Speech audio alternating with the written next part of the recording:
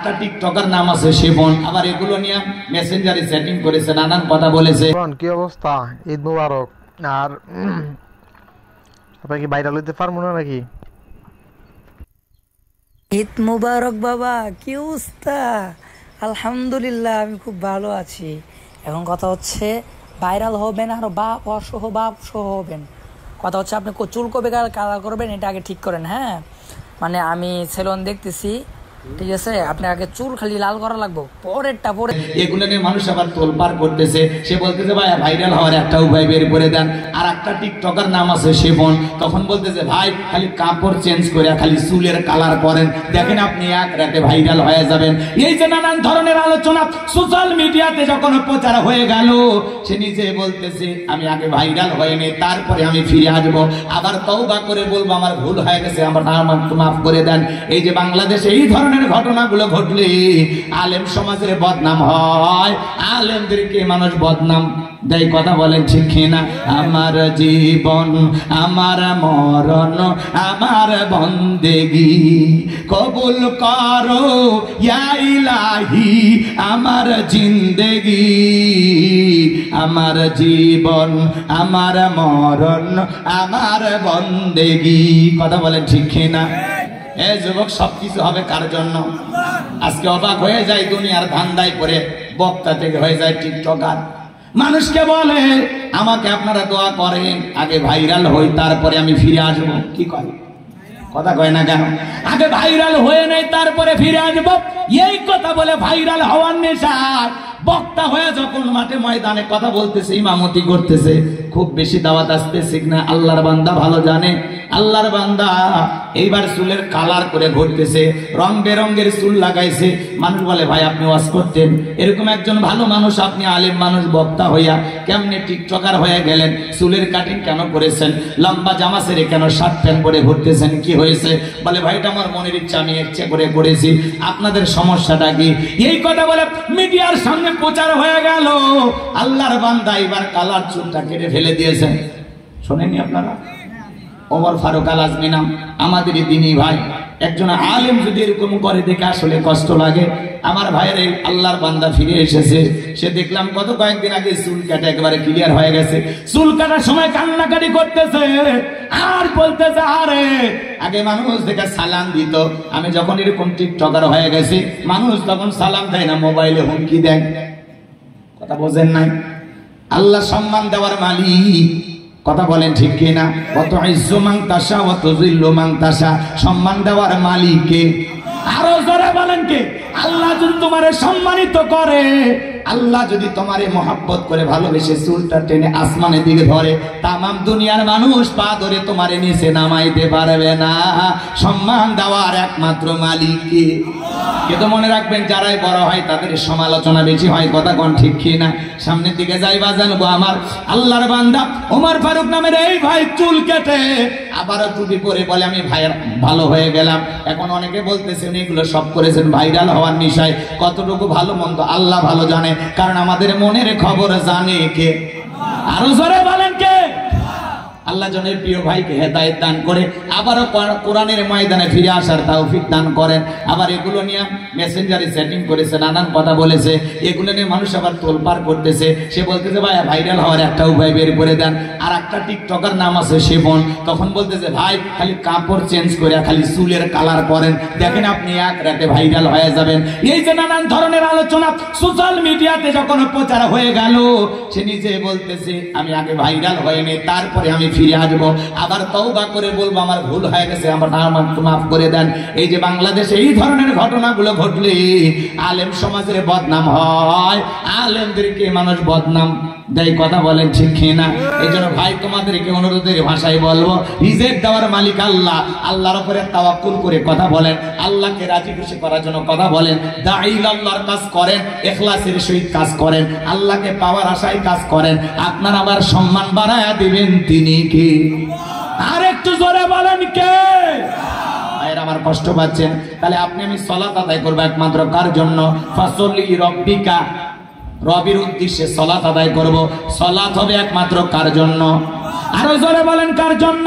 ফালিয়াবুদু রাব্বা হাযাল বাইত, আল্লাযী আত'আমাহুম মিন জু' ওয়া আমানাহুম মিন খাউফ।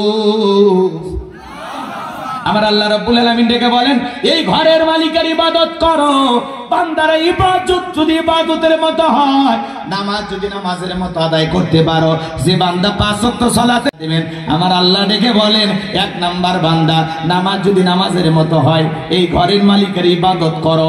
ইবাদত যদি ইবাদতের মতো হয়, নামাজ যদি নামাজের মতো হয়, আমি আল্লাহ 2টা জিনিস তোমাদেরকে দেব। 1 নাম্বার, রিজিকের টেনশন করা লাগবে না, আমি আল্লাহ রিজিকের ব্যবস্থা করব। রিজিক দেওয়ার একমাত্র মালিক কে? আপনাদের এলাকায় রাতের বেলা একটা প্রাণী বের হয়, কুহু কইয়া চিল্লায়, ওর নাম কি? শিয়াল পণ্ডিত। চেনেন না আপনারা? ওদের নামে কি আপনাদের এলাকায় ভাতের হোটেল আছে, মুরগির হোটেল আছে, ব্যাংকের অ্যাকাউন্টে টাকা জমা আছে? তাহলে ওই শিয়াল পণ্ডিতকে খাওয়াই কে? সকালবেলা পাখি খালি পেটে নিচ থেকে বের হয়ে যায়, সন্ধ্যাবেলায় ওই পাখির পেটে খাবারের ব্যবস্থা করে দেন কে? একটা নীল তিনি কয়েক টন করে খাবার খায়, এদের খাদ্যের ব্যবস্থা করেন কে? তাহলে আপনি আমি আশরাফুল মাখলুকাত, আল্লাহ কি না খাওয়ায় মারবে? কথা বলেন না কেন? কত ভ্যানওয়ালা রিক্সাওয়ালা সকালবেলা খালি পকেটে বের হয়ে যায়, 500 টাকা 1000 টাকা পকেটের মধ্যে ব্যবস্থা করে দেয় কে? ইসুন আল্লাহ রাব্বুল আলামিন বলেন, ওয়া মা মিন দাব্বাতিন ফিল আরদি ইল্লা আলাল্লাহি রিজকুহা। আমার আল্লাহ ডেকে বলেন, পৃথিবীতে এমন কোন বিচরণশীল প্রাণী নাই যার রিজিকের ব্যবস্থা আমি আল্লাহ আসমান থেকে করি না। ওই আটলান্টিক মহাসমুদ্রে 33,000 ফিট গভীরতল পানি নিচে থাকা ছোট্ট একটা প্রাণী, তার রিজিকের ব্যবস্থা আমি আল্লাহ আসমান থেকে করি। বলুন সুবহানাল্লাহ। তাহলে রিজিক দেওয়ার একমাত্র মালিক কে? আরো জোরে বলেন কে? উত্তরপাড়া রাজ্জাক না, ওইটা হলো আব্দুর রাজ্জাক, ওইটা আবদাস গোলাম বান্দা। রাজ্জাক কে? জোরে বলেন রাজ্জাক কে? তাহলে উত্তম রিজিক দাতা তিনি, সেই রবের গোলামি করার দরকার আছে না নাই? আল্লাহ বলে, বান্দা 1 নাম্বার আমি আল্লাহ রিজিকের ব্যবস্থা করব। 2 নাম্বার, বান্দা জীবনে কোনো ভয় থাকবে না, সকল ভয় থেকে আমি আল্লাহ নিরাপত্তা দেব। বর্তমানে আপনার আমার জানমালের ভয় আছে না নাই? আপনি বিকাশের দোকানদার, কুষ্টিয়া শহর থেকে আপনার এই গ্রাম মনোহরপুর গ্রামে আসবেন, মনে মনে ভাবতেছেন, আল্লাহ এই টাকা 2 লাখ নিয়ে রাতের 2টার দিকে রওনা করলাম, টাকা নিয়ে বাড়ি পর্যন্ত পৌঁছাইতে পারবো নাকি ছিনতাইকারী কবলে পড়ে টাকা যান 2টাই হারাবো? ভয় আছে না নাই? আজকে পথে ঘাটে ছিনতাই চুরি দুর্নীতি আছে না নাই? মানুষের জানমালের কোনো নিরাপত্তা নাই। এলাকায় বিভিন্ন জায়গায় তৈরি হয়ে গেছে কিশোর গ্যাং। কথা কন ঠিক কিনা?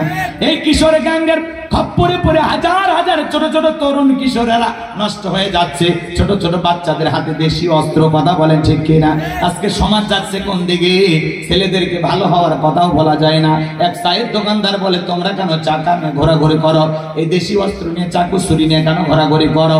পরে দোকানদার এই কথা বলার কারণে দোকানদারকে হত্যা করেছে। আজকে সমাজে মানুষকে ভালো বলাও যায় না, বললে বিপদ আছে না নাই? রাগ করতেছেন আপনারা? মানুষের জানমালের কোনো নিরাপত্তা নাই। মেয়েটা কলেজে গেল, একা একা ফিরবে নাকি জামাই সাথে নিয়ে ফিরবে? ভয় আছে না নাই? কথা বলেন না কেন? মেয়েটা স্কুলে গেল, ভালোভাবে ফিরবে নাকি কারো লালসার শিকার হবে? ভয় আছে না নাই? পথে ঘাটে ধর্ষণের খবর আছে না নাই? ধান খেতে ধর্ষণ, পাট খেতে ধর্ষণ, ভুট্টার খেতে ধর্ষণ, ট্রেনে ধর্ষণ, বাসে ধর্ষণ, সিএনজিতে ধর্ষণ, স্বামীর কাছ থেকে নিয়ে যায় পড়তেছে গণধর্ষণ।